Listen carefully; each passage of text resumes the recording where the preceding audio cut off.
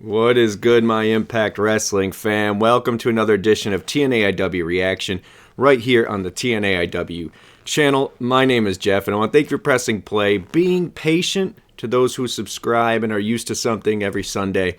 I apologize. To be honest, man, I've spread myself too thin, and hopefully I can let you guys in on that a little bit soon. But with that being said, we're getting a Monday edition of Reaction. You're going to get a LOL TNA that's postponed to next week with 3 weeks left on that show. So make sure you're checking out everything else on this channel. Make sure you hit subscribe and hit that bell or something. Tells you when we do things, I guess. Technology. But yeah, it's been total nonstop action. Had to say it. Here in the real world. So I want to thank you guys for your patience. I want to thank you guys for continue to hit like and subscribe. Continue to make our shows be in the top 10 of our 3-year run, as well as most liked, as last reaction was. So thank you guys. Really appreciate you. We're all I don't want to say coasting. That's a negative terminology, but we're kind of all geared up for, I think, 2024. And as we coast into that, I'm going to do the same with the show just a little bit, at least today. Going to do Impact Wrestling review, do a kind of a quick one, kind of my ups and downs in the spirit of Simon Miller being on Turning Point. Going to talk about a few pinpoints that I really wanted to mention, and then my one down. We'll talk about it. Going to whip through talking points. Got some good stuff there, and then we'll hit up all of your comments because, guys, this at the end of the day, this is about camaraderie, which I appreciate, as well as me trying to speak English. We're going to have a fun one. We'll have a quick one. We'll knock through everything. I hope I do it justice. Make sure you keep commenting. As I was saying, I dig the camaraderie. That's why I continue to do this, as well as one fan time, one friend at a time. Can't even remember my own gimmick. Build the Impact Wrestling community as we gear up for 2024. So let's continue to welcome in, once again, if my nonsense and broken speech isn't for you, it is okay. Go follow some other Impact Wrestling content creators and get ready for the ride that we're about to be on as we head back into TNA. So let's get into Impact Wrestling on AXSTV review. As I said, I'm just going to hit my quick ups and then my one down, and then hit your guys' comments, and I think that'll cover a lot of it as well. So first up, how would I not start with how the show started? Tasha versus Deonna. First of all, Chicago, I love you. I love the logos on the graphics on the apron. I love the graphics around the arena. I don't know if this is the full step into what it's going to look like. Obviously, there's going to be more, but I mean, as far as if these little tidbits are coming along, I hope they do in some facet. But starting to come into a little bit of personality, a little character, a little identity for Impact Wrestling, really digging it, and always digging going back to Chicago. I know the timing's off. Actually, before I get into Tasha and Deonna, I do want to say that, look, we all know how the taping schedule went. But with that being said, I felt like this really kind of smoothed in there. It wasn't forced. None of this was like, what's going on? And there was actually really good promos from Shelly and Jonathan Gresham, kind of tying up the loose ends of why he's getting a title shot and all these little things. I really enjoyed it. Even Myers and Moose referencing Bound for Glory and all these other things that tie him in. So in Turning Point, so I really like that. Getting back to Tasha Deonna. I was getting on to Chicago because, once again, the greatest compliment I can give as someone who breathes aesthetic, I don't know, is when it looks like a video game. And this very much did. Not only the two participants in the ring, or the ring itself in the arena, but the two participants in the ring. Both stars, both walking, talking, wrestling, looking the part, crowd behind it, knockouts, wrestling chant. Love it. And then, Deonna. Just being Deonna. And before I get in trouble, I will move on. But Yeah, man, great matchup. Deonna obviously doing the honors here. We'll talk more, I know, extensively in the comments. I remember that much. But that is one of my ups. Great matchup. Love the crowd interaction. Love everything about it. I hit connecting the dots. This is one of the things, and I know it's small, but the leeway that Yuya's firing, because it's not really a firing. Yuya's going back, excursion's over. There's no ill will. There's no issues, right? It's a story, okay? Everyone's happy. Besides us who still want Joya, but you get my point. But the leeway it gives Raywalt to, to just completely just not give any shits about Yuya hitting the bricks. I love it. Pops me every time. It's good stuff. Speaking of good stuff, Myron Reed finally crossing the line. I don't know. I've made about 72 graphics and practicing for it, so hopefully it comes to fruition. But at least next week he will be rocking with the Rascals full force. So I'm excited to see that. And then, oh yeah, speaking of the Rascals, the other thing I got, you guys know me. Gotta love a good Hey Arnold reference. Good Gerald Johansson reference. You guys know I love my nostalgia. Obviously. I can't point, but alright, Quack Attack. Anyways, loved all that. And then Shelly versus Gresham.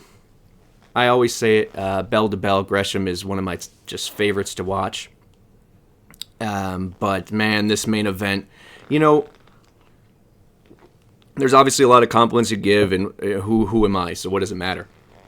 But I think we can all agree that it was a banger of a match. The crowd agrees it's a banger of a match. But as we, once again, I don't want to say coast, but as we head into what is going to be the not only the rebranding, but the restarting of the, I guess, the new year, figuratively and literally. Anyways, you guys get what I'm saying. It's nice to have these matchups that on paper are just, oh, great matchup.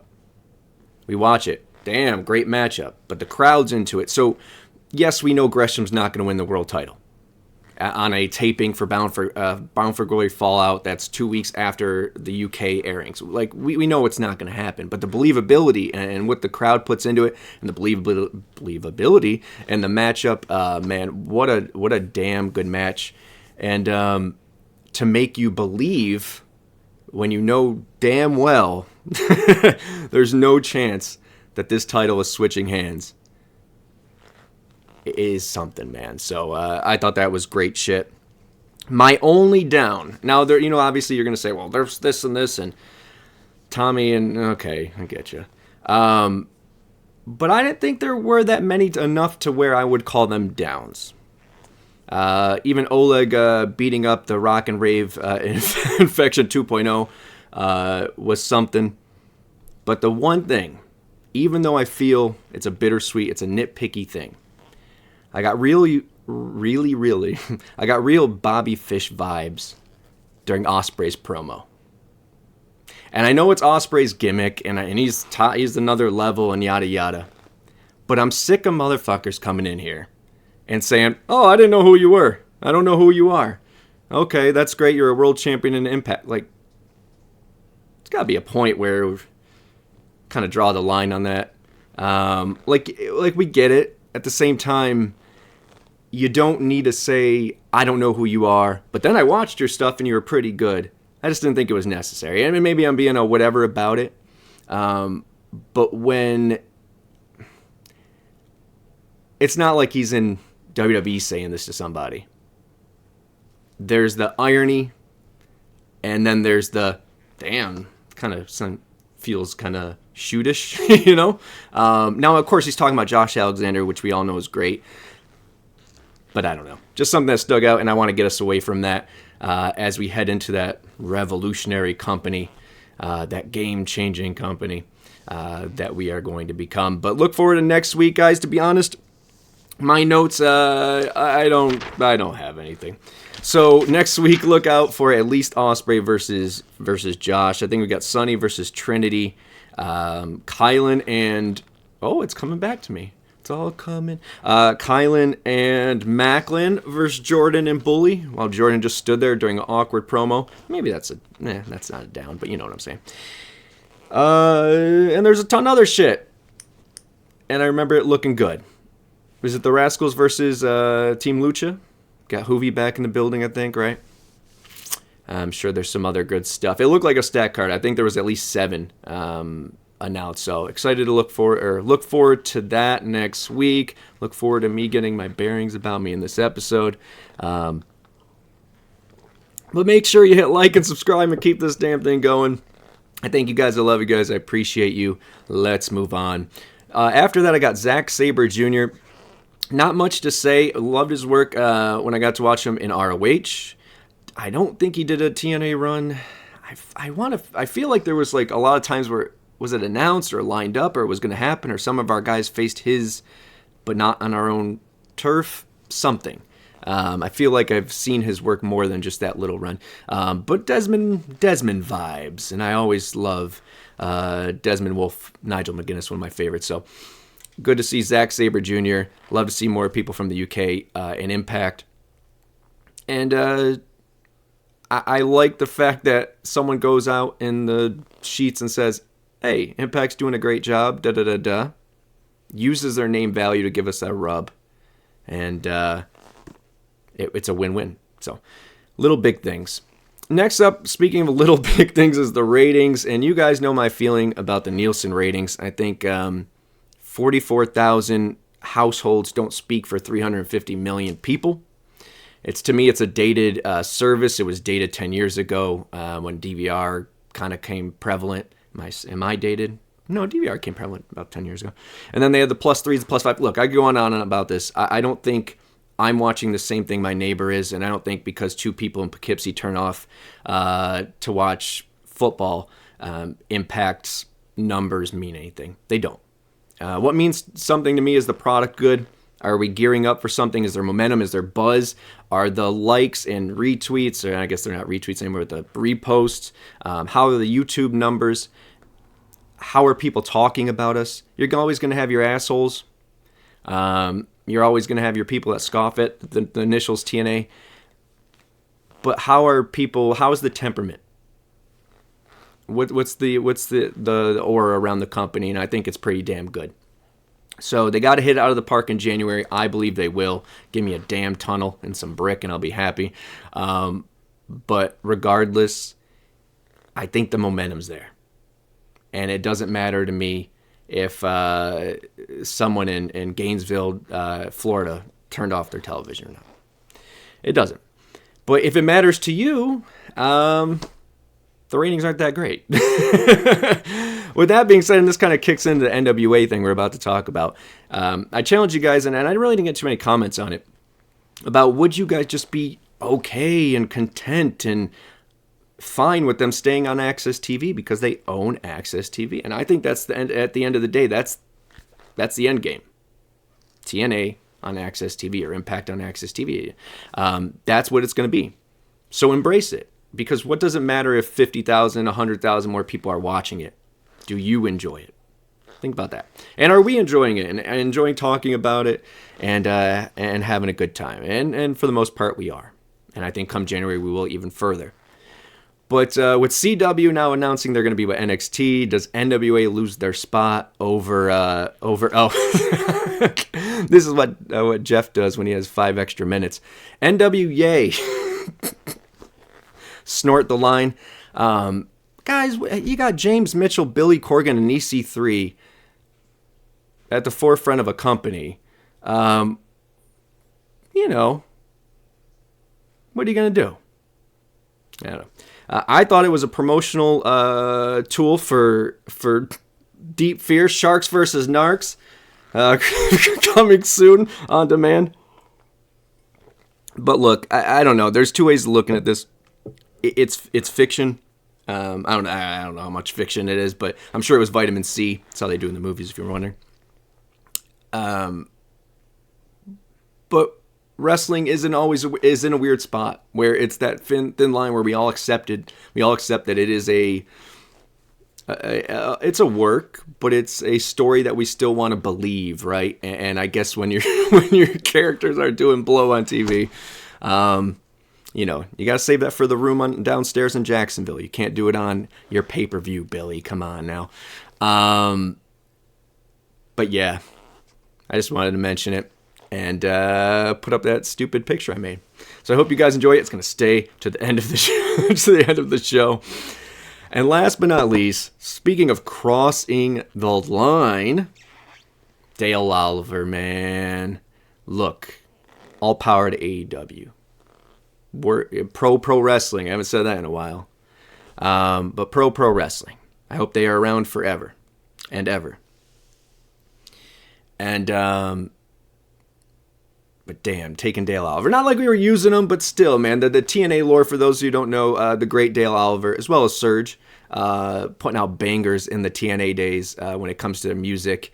I still literally listen to the Emergence soundtrack when I'm driving around. Hey, man, people look at you different when you pop in LAX. Followed by the beautiful people. It's just, you know. And then Bobby Lashley. What the hell? Anyways, bittersweet. Glad he has a job. That's awesome. Excited to hear hopefully some works from him. Cool. All right. Let's wrap this up, guys. Let's hit your comments. We're all here for them. Ask G anything. Ask me anything, and I will answer. And if you're wondering, why are you calling yourself G on Treehouse or TNA and here? Short story is this. When I turned... Short story, guys. Short story time. When I turned 4, Fresh Prince of Bel-Air came out. Grandparents loved it. Grandparents raised me. Butler's name was Jeffrey with a G. And that was my name from family and friends until ever. So it's my real name, but I wasn't comfortable letting you guys into my life when I first started this thing. So call me what you will. Just don't call me Shirley. Had to say it. All right. I digress. Let's get on your comments. Let's start this right. Let's start it. NWA got to go away. Not my bag, by the way. Never been my bag. Not my A-ball. But, man, it sucks for them. It really does. Trying to be creative, trying to push the envelope, trying to get some buzz, and I'm sure it popped some people in the 80s, and all of Western Florida. But all right. Gary Rosetti, 244. Buddy Gary. Hey, Geoff, I saw the music. It's that 20-minute mark. It's going off the rails. Hey, Geoff, I saw the music and was expecting BTI, but got you and Lucha instead. Cool, man. In all honesty, loved your show with Lucha. Thank you, buddy. Appreciate that. I do hope we get a Deonna Purrazzo versus Gail Kim match at TNA's Hard to Kill. That match would bang. It will, if it happens. And I hope, I don't know if it's a carrot they dangle to keep her along, but I just, I hope that happens. I'll just say that. I know there's a couple more about Deonna. And if it doesn't, spoiler alert, when you do turn into LOL TNA's TNA one night only pay-per-view when we book it, part 2, that may or may not be the main Knockouts match. So, manifestation. Thank you, Gary. Squeaking. Kemper Cheryl 75581. Hey, what's up, buddy? Welcome back. Deonna isn't going anywhere. She will stay where she belongs, for what I'm hearing. Yeah, I don't know, man. Don't know Deonna. I think she belongs where she wants to belong. Is that Impact? Is that TNA? I mean, the chant started and she started dancing. So I'm here for it, but somewhere Macklin's. But she, you know, she is laying on her back for everyone on the way out. So, you know, maybe it's not the way out. Maybe it's just doing. Jordan kind of did the same thing, tying up some loose ends just in case, right? But I just feel the timing with the people in the E leaving and the opportunity, and you're only young once. Same with Ospreay, man. If there's any question in your mind or there's any legacy you want to stamp, you know, and say when you put your head down at the end of the day and say, I tried, just didn't work out, or it worked out well, and I could still go back to Impact or TNA and enjoy it. But if you're hearing that, Kemper, I hope you're right. Let's move on. I think it's actually another Deonna. Oh, moving over here. It's a big one. Skies Blurred 23, what's up? Didn't know they were going to have a new set, so it's good to hear. Oh, yeah. Same page, buddy. Sorry about that. As far as Deonna, I get they probably don't want her to look strong if she leaves Impact, but this is just too much. Having Deonna lose this much is sort of making Impact look like a bitter ex already. I love Deonna. She's my fave knockout. But as great as she is, I don't think she'll be a star. Well, let's stop there first of all. Yeah, I understand the bitter X thing. I don't see other companies do it too much, right? But I think when you're talking about those bigger companies, it's kind of, well, I don't know, man. I really don't keep up with the time of what's going on elsewhere or what the mantra is when it comes to that. But from recollection in the past, I feel like they tended to continue to use the stars as if they were still sticking around because they always had a 90% chance of keeping those stars. So when you're Impact, the investment you put into someone for the past 3 years, and they took the ball with it and ran with it and then some. Do you milk that on the way out? Do you juice that a little bit? Do you get back some of that what you do at the I can't put my words together, but at the same time knowing that she's still going to get a good contract and she already has that lined up and she's still going to do hers. A loss in Impact isn't really affecting what she would do if that's the case. I just don't see that. And I think with her what's best for business mantra, or at least what it seems, she knows the deal. She knows a lot of people laid on their back for her. She knows a lot of people laid on their back because Impact told them and booked them to lay on their back for her. It's a dance. It's a dance. I love Deonna. Great as she is, I don't think she'll be a star with WWE. Her style of wrestling, especially with the way they book their women's wrestlers. Currently, they said, I won't be mad if she left Impact. Would actually respect her after the booking the past year. I don't like that. The booking the last year is when you see the writing on the wall. It's not like they said, oh man, Deonna's a piece of dump. Let's start. Come on, guys. I think she won a championship in the last year. I get the circumstance, but she still did. They still put her on every damn poster every day, So I don't like that. I think she was gonna be an action figure until they took that deal away. But as far as don't think she'll be a star, how she wrestles, I don't know, man. I think she's super talented, and generally that will shine through. At the same time, we get it. We get that she's been there. She's definitely a different person. There's definitely different people in charge, and they're probably looking for different things. When you have someone in charge who doesn't give a shit about professional wrestling, and I'm not talking Triple H, but I'm talking people that own it now, and they care about the bottom line. Am I paying someone that's going to come in here and make some movement that's going to better my product? I don't care if they wrestle this style, but does it better my product?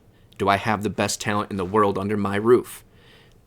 I think that's what matters more. So I don't wish any negativity upon her. I think she's a star and she'll continue to be one.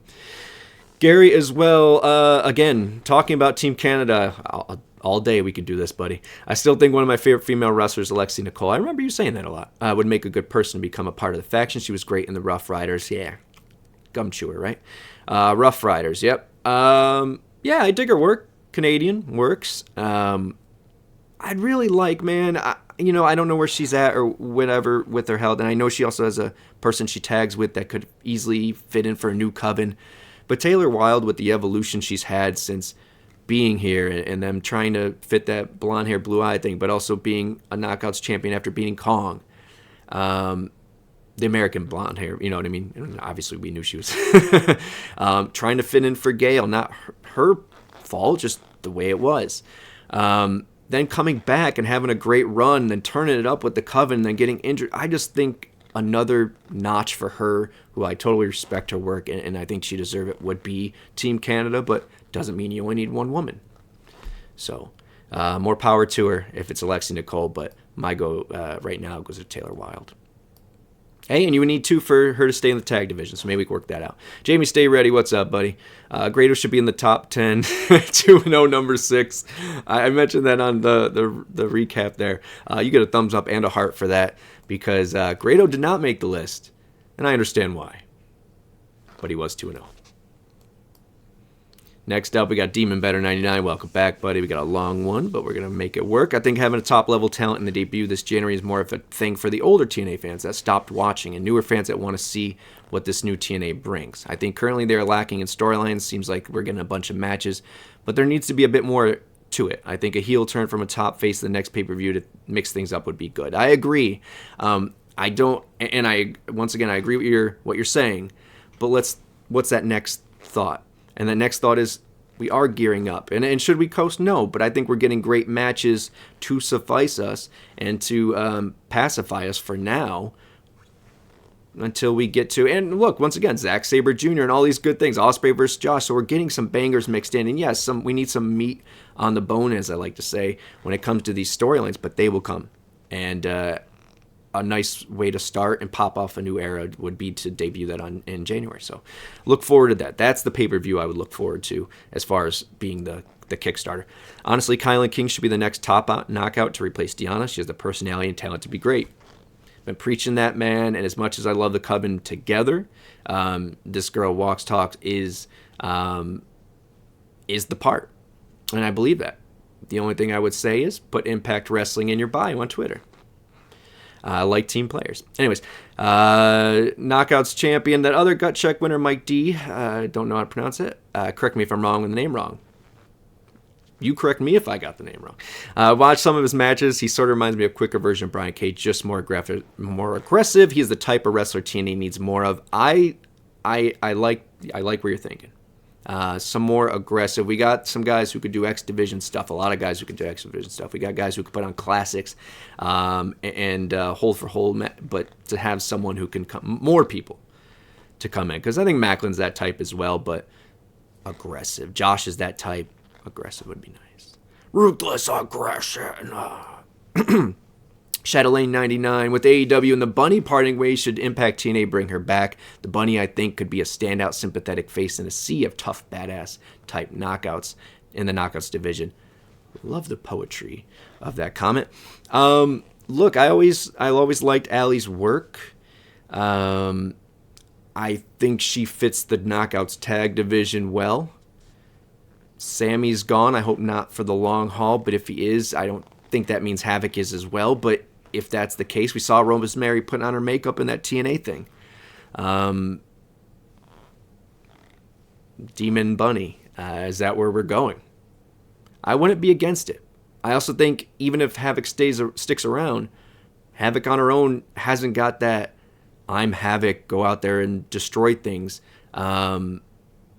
since she really came back. And I think I would like to see that from her, man. We got that taste when Awesome Kong and whatever. She admits herself she was just, green and rushed into all this stuff. And I like to see where she's at now, what she can do. So, I don't know. Maybe there's a cool way to spin that. And I think having Allie or Bunny or whatever she's going to be would be great on TNA. And last but not least, another one from Shadowlane 99. Do you think TNA should do more live shows this coming year? I think back to 2012 where they did live shows and it was exciting because anything could happen. Yeah, we talked about that on TNA about one of the positives of the Hogan era. Budget be damned. Was it a good time to have live shows and open fight night and all these kind of what could happen? Even if nothing happened, what could happen? Would Homicide get stuck in a cage for 14 minutes? Would Sting beat RVD with a bat for 11 minutes? So there's a lot of what could happen. But I of course I want live shows. I think that's the end game for everybody. I think at the end of the day, though, we're in an era where now, spoilers, everyone just kind of either moves on from them. If you want to see them, you see them. If you don't, you don't. Sometimes you're forced to, and that sucks. But I think it would be cool to see them start doing it. I think the issue is, unless they're putting up the money and the revenue from the house makes up for it. And once again, I'm here in front of a camera and lights talking to you on a podcast. I don't know what actually goes into the numbers of it. But if they have a way to do it where they can do that more regularly, I think that would be awesome. My point being, though, is to have it on Thursday live. If we're going to continue to be on Thursdays, are we doing pay-per-views right after on Fridays? That would work. But it's all about that travel and fallout and taping schedule that they seem to like and seem to be okay with right now. Now, once again, is that part of the thing where we turn up and put some money towards? I honestly would not mind if you told me, hey, at least the first Thursday and the go home one before the pay-per-view or Impact Plus special are live, but we don't get a Punk, Ziggler, insert name here that's shocking to me, surprise, I'm okay. I'm all for it. Of course, I'd love those names. I think that helps. But with the buzz we have, I think going live gives us a little more edge than just someone showed up and then, here's some what they've done. But could they do both? It's a possibility. Either way, what do you guys think? Hope you thought this was fun at the very least, and I'm glad I got to talk to you. I hope you guys enjoyed this. I hope you enjoy whatever else is going on the channel. We will shore up LOL TNAIW. Make sure you check out GoGo Power Rankings this Tuesday. And hope to bring you guys some fun things. A little bit less when it comes to the behind the curtain. When it comes to the editing and stuff like that, somewhere I could just hop on it and shoot the shit. Because my schedule's getting a little tight. Once again, total nonstop action here at my house. But I thank you guys, and I can't wait to share the whys and all of that as well. So keep watching Impact, keep growing the brand, keep spreading the word. Look forward to January. I know I am. Treat each other kindly and welcome new fans in. If it's this show that they all get behind, if it's someone else's show or next person's show, if it's push them wherever you can to embrace this company, and it'll be a good time for all. But thank you guys. I appreciate you. Hit like, subscribe, help us out on our path to 430, 450. I don't know. All I want for Christmas is we'll go 450. Let's do that. Possible. All right, guys. Thank you for coming out. God bless and good night. Goodbye, everybody. Goodbye.